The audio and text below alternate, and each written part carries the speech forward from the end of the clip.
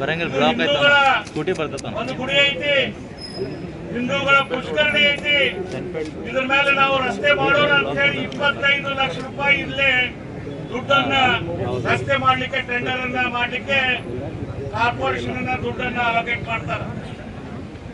ಅವರಿಗೆ ಬೆಂಬಲವಾಗಿ corporation assistant executive engineer ಆದ ಶಹಜಾದ್ ಅನ್ನುವಂತ ಶಾದಿಯಾ ಅನ್ನುವಂತ ಅಸಿಸ್ಟೆಂಟ್ ಎಕ್ಸಿಕ್ಯೂಟಿವ್ ಇಂಜಿನಿಯರ್ ಅವರು ಅದನ್ನ ಪ್ರೊಸೆಸ್ ಮಾಡ್ತಾರೆ. ಅದನ್ನ ಟೆಂಡರ್ ಮಾಡ್ಲಿಕ್ಕೆ ಕಾರ್ಯರೂಪಕ್ಕೆ ತಗೊಂಬರಕ್ಕೆ ಕೆಲಸ ಮಾಡ್ತಾರೆ. ಅದಕ್ಕೆಲ್ಲ ಅದಕ್ಕೂ ಪೂರಕವಾಗಿ ಕಾಂಗ್ರೆಸ್ ಗವರ್ಮೆಂಟ್ನ ಅಣತಿಯಂತೆ ಇಲ್ಲಿ ಬಂದಿರುವಂತ ಕಮಿಷನರ್ ಅವರು ಕಾಂಗ್ರೆಸ್ಸಿನ ನಾಯಕರ ಒತ್ತಾಯಕ್ಕೆ ಮಣಿದು ಅವರು ಆ ಶಾಜಾಗೆ ಅನುಮತಿ ಕೊಟ್ಟಿದ್ದಾರೆ ಆತು ಟೆಂಡರ್ ಮಾಡೋ ಅಂತ ಹೇಳಿ.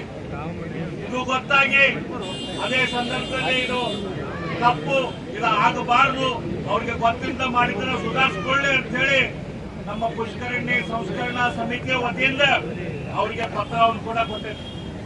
ಅದಷ್ಟಲ್ಲ, ಈ ರೀತಿಯ ಕೆಲಸ ಮಾಡಿದರೆ ಕಾನೂನಿನ ತೊಂದರೆ ಆಗ್ತೈತೆ ಅಂತ ಪೊಲೀಸರಿಗೂ ಕೂಡ ಪತ್ರವನ್ನು ಕೊಟ್ಟಿದ್ದಾಗಿದೆ.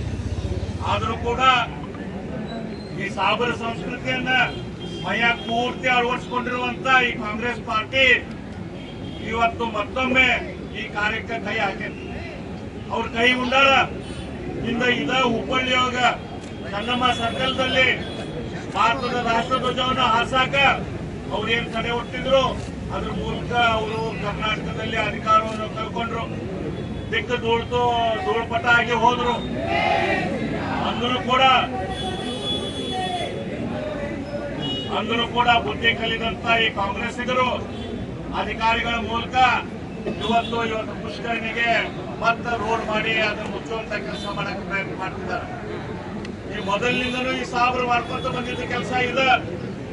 ಸನಾತನ ಧರ್ಮದ ಹಿಂದೂ ಧರ್ಮದ ಗುರುಗಳನ್ನ ಅಳಿಸ್ಕೊಂತ ಹೋಗೋದು, ಹಿಂದೂ ಧರ್ಮದ ದೇವಸ್ಥಾನಗಳನ್ನ, ಬೌದ್ಧ ಧರ್ಮದ ದೇವಸ್ಥಾನಗಳನ್ನ, ಜೈನ ಧರ್ಮದ ದೇವಸ್ಥಾನಗಳನ್ನ ಅಳಿಸ್ಕೊಂತ ಹೋಗೋದು, ಅದರ ಮೇಲೆ ತಮ್ಮ ಬಾವುಟ ಹಚ್ಚುವಂತ ಕೆಲಸ ಅವರು ಮೊದಲಿನ ಪ್ರಯತ್ನ ಮಾಡಿದ್ದಾರೆ. ಅದು ಒಂದು ಕಾಲ ಇತ್ತು. ಆದ್ರೆ ಇವತ್ತಿನ ಕಾಲ ನರೇಂದ್ರ ಮೋದಿ ಅವರ ಕಾಲ ಐತಿ. ಇದು ಹಿಂದೂ ಪುನರುತ್ಥಾನದ ಕಾಲ. ಈ ಸಂದರ್ಭದಲ್ಲಿ ಇಂಥವೆಲ್ಲ ನಡೆಯಲಿಲ್ಲ. ಇದನ್ನೇನಾದ್ರೂ ಮಾಡಿದ್ರೆ ಶಿವಕುಮಾರ್ ಅವರ ಸುಮ್ಮ ಗುಡಿಗೆ ಹೋದಂಗ ಮಾಡಿ ನಾಟಕ ಮಾಡಿ ಮನೆ ಮೇಲೆ ಗುಪ್ಪ ಇಟ್ಕೊಂಡು ನಡೆಯಲಿಲ್ಲ. ನಿಜವಾದ ಹಿಂದೂ ಧರ್ಮದ ಉಳಿಸುವಂತ ಕೆಲಸ ನೀವು ಮಾಡಿದ್ರೆ ನಿಮ್ಮ ಸರ್ಕಾರ ನುಡಿತೈತಿ. ಇಲ್ಲಿಕ್ಕರೆ ನಿಮ್ಮ ಸರ್ಕಾರ ಕೂಡ ಮೇಲೆ ಕಿತ್ತಾಗಿದೆ ಕಳಿಸಿಬಿಡ್ತೇವೆ ಅಂತ ನಾವು ಹೇಳ್ತೇವೆ. ಹಾಗಾಗಿ ನಿಮಗೀಗ ಸೂಕ್ಷ್ಮವಾಗಿ ನಾವು ಹೇಳ್ತಾ ಇದ್ದೇವೆ. ಇವತ್ತು ಹೋರಾಟದ ಮೊದಲನೇ ದಿನ. ಇವತ್ತು ನಿಮ್ಗೆ ಸೂಕ್ಷ್ಮವಾಗಿ ಹೇಳತ್ತೇವೆ, ನೀವಾಗೆ ಆ ರಸ್ತೆಯಿಂದ ತೆಗಿರಿ, ನೀವಾಗೆ ಇಲ್ಲೇ ಜನರ ಭಾವನೆಗಳನ್ನ ಕೆರಳಿಸುವಂತ ಕೆಲಸ ಮಾಡಬೇಡ್ರಿ. ನಿಮ್ಮ ಸರ್ಕಾರಕ್ಕೆ ಚಲೋ ಆಗ್ತೈತಿ, ನಿಮಗ ಶಾಪ ತಟ್ಟುವುದಿಲ್ಲ. ಇಲ್ಲಿಕ್ರಿ ಈ ಶಾಪ ನಿಮ್ಗೆ ತರ್ತೈತಿ. ಎಲ್ಲಿ ತನಕ ಪುಷ್ಕರಣಿಗೆ ಮೇಲೆ ಮಾಡಿದಂತ ರಸ್ತೆ ಸ್ವಚ್ಛ ಆಗೋದಿಲ್ಲ ಅಲ್ಲಿ ತನಕ ನಾವು ಸುಮ್ಮನೆ ಇರುವುದಿಲ್ಲ ಅಂತ ಹೇಳಿ ಅವ್ರ ದಾಖಲೆಗಳನ್ನ ಕಸದ ಬುಟ್ಟಿಯಲ್ಲಿ ಎಸೆದಿದ್ದಾರೆ. ಕಾಂಗ್ರೆಸ್ ಏಜೆಂಟ್ ಆಗಿ ಕೆಲಸ ಮಾಡ್ತಾ ಇದ್ದಾರೆ.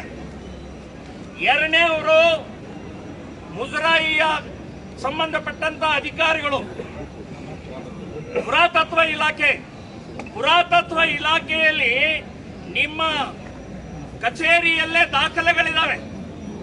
ನೀವೇ ಕೊಟ್ಟಂತ ದಾಖಲೆಗಳ ಬೇಕಾದಷ್ಟು ಇವತ್ತು ಕಾರ್ಪೊರೇಷನ್ ಆಗಲಿ ಕಮಿಷನರ್ ಆಗಲಿ ಕೊಟ್ಟಿದ್ದಿದೆ. ಆದರೂ ಕೂಡ ಇವತ್ತು ನೀವು ರಕ್ಷಣೆ ಮಾಡಬೇಕಾದಂತ ಪುರಾತತ್ವ ಇಲಾಖೆ, ನೀವು ಪೇಮೆಂಟ್ ತಗೊಳ್ತೀರಿ, ಪಗಾರ ತಗೊಳ್ತೀರಿ, AC ಆಫೀಸ್ ನಲ್ಲಿ ಕೂತ್ಕೊಳ್ತೀರಿ. ಯಾತಕ್ಕೆ? ಸಗಣಿ ತಿನ್ನಕ? ನೀವು ನಿಮ್ಮ ಇಲಾಖೆಗೆ ಸಂಬಂಧಪಟ್ಟಂತ ಕಟ್ಟಡಗಳ ಭೂಮಿಗಳ ರಕ್ಷಣೆಗೋಸ್ಕರ ನಿಮ್ಮನ್ನ ಕೂಡಿಸಿದೆ ಅಲ್ಲಿ. ನೀವು ಕೂಡ ಇವತ್ತಿನ ಈ ಕಾನೂನು ಭಂಗವಾದಂತ, ಕಾನೂನು ಬಾಹಿರವಾದಂತ ಮತ್ತು ಇವತ್ತಿನ ಗಲಭೆಗಳಿಗೆ ನೀವು ಕಾರಣಕರ್ತರಿದ್ದೀರಿ. ಇನ್ನು ಮೂರನೇದಾಗಿ ಪೊಲೀಸ್ ಕಮಿಷನರ್ ನೀವು ಇವತ್ತೇನು ಮಾಡಿದಿರಿ? 500 ಮೀಟರ್ನ ಅಂತರದಲ್ಲಿ ಅಂತ ಏನ್ ಮಾಡಿದಿರಲ್ಲ, ಅವತ್ತೇ ಪುಷ್ಕರಣಿಯ ಸಂಬಂಧಪಟ್ಟ ಹಾಗೆ ಕಟ್ಟುತ್ತಾ ಇರುವಂತ ಇವತ್ತು ಅಲ್ಲಿ ರಸ್ತೆ ಮಾಡ್ತಾ ಇರುವಂತಹ ಸಂದರ್ಭದಲ್ಲಿ ಇದನ್ನೇ ಪೊಲೀಸರು ಅಲ್ಲಿ ಹಾಕಿದ್ರೆ ಇವತ್ತಿನ ಗಲಾಟೆ ಗೊಂದಲ ಅಥವಾ ಇದಾಗ್ತಾ ಇರ್ಲಿಲ್ಲ ಅಂತ ನೆನಪಿಟ್ಕೊಳ್ಳಿ. ಸೊ ಇವರು 3 ಜನ ಕಾರಣಕರ್ತ ಇದ್ದಾರೆ. ಮೊದಲು ಇವರು 3 ಜನರ ಮೇಲೆ ಕ್ರಮ ತಗೊಳ್ಬೇಕು ಅಂತನ್ನುವಂತಹದ್ದು ಹೇಳ್ತೀನಿ. ಎರಡನೇದು, ಇಲ್ಲಿ ಪುಷ್ಕರಣಿ ದೇವಸ್ಥಾನ ಭೂಮಿ ಇದನ್ನು ನುಂಗುವಂತಹದ್ದು ಈಗಲ್ಲ, ಸಾವಿರಾರು ವರ್ಷದಿಂದ ಇಸ್ಲಾಂ ಹುಟ್ಟಿದಾಗಿಂದ ಇದನ್ನೇ ಮಾಡ್ತಾ ಬಂದಿದೆ. ಇದರ ವಿರುದ್ಧ ಹಿಂದೂ ಸಮಾಜ ನಾವು 500 ವರ್ಷ ಪ್ರಭು ಶ್ರೀರಾಮಚಂದ್ರನ ಜನ್ಮಸ್ಥಾನವನ್ನ ಹೋರಾಟ ಮಾಡಿ ನಾವು ಗೆದ್ದು ಅಲ್ಲಿ ರಾಮನ ಮೂರ್ತಿಯನ್ನು ಪ್ರತಿಷ್ಠಾಪನೆ ಮಾಡಿದಂತಹ ಗಂಡಗಲಿಗಳಿದ್ದೀವಿ ನಾವು.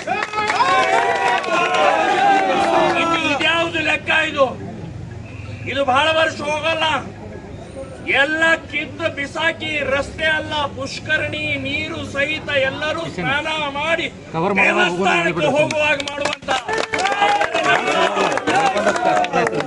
ಹಾಗಾಗಿ ಇವತ್ತಿನ ದಿನ ಎಲ್ಲರೂ ಶಾಂತ ರೀತಿಯಿಂದ, ಇವತ್ತು ಶಾಂತಿ ನಾಳೆ ಕ್ರಾಂತಿ.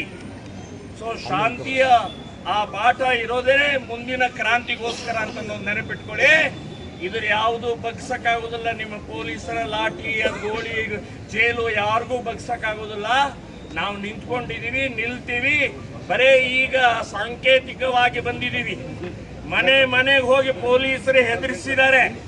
ಯಾಕೆ ನಿಮಗೆ ಬೇರೆ ಕೆಲಸ ಇಲ್ಲೇ? ನಿಮಗೆ ಗಾಂಜಾ ಕಾಣಿಸ್ತಾ ಇಲ್ಲೇ? ನಿಮಗೆ ಡ್ರಗ್ ಕಾಣಿಸ್ತಾ ಇಲ್ಲೇ? ನಿಮಗೆ ಲವ್ ಜಿಹಾದ್ ಕಾಣಿಸ್ತಾ ಇಲ್ಲೇ? ನಿಮಗೆ ನಮ್ಮ ಮನೆಗಳಿಗೆ ಹೋಗಿ ಇವತ್ತು ಹೆದರಿಸುವಂತ ಪ್ರಯತ್ನ ಮಾಡ್ತೀರಿ ನೀವು. ನೀವ್ಯಾರೇ ಹೆದರ್ಸೋರು? ನೀವು 500 ಮೀಟರ್ ಹಾಕಿದ್ರಲ್ಲ ಸಾಕಲ್ಲ ನಿಮಗೆ? ಅದನ್ನು ಬಿಟ್ಟು ಮನೆಗೆ ಹೋಗಿ ಹೆದರ್ಸೋದಾ?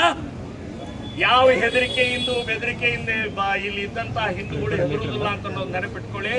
ಸೊ ಆ ಹಿನ್ನೆಲೆಯಲ್ಲಿ ಇವತ್ತಿನ ಭಾಗವಹಿಸಿದಂಥವರೆಲ್ಲರೂ ಕೂಡ ಮುಂದಿನ ಕ್ರಾಂತಿಗೆ ನಾವೆಲ್ಲ ಸಿದ್ಧ ಆಗಬೇಕು ಅಂತ ಹೇಳಿ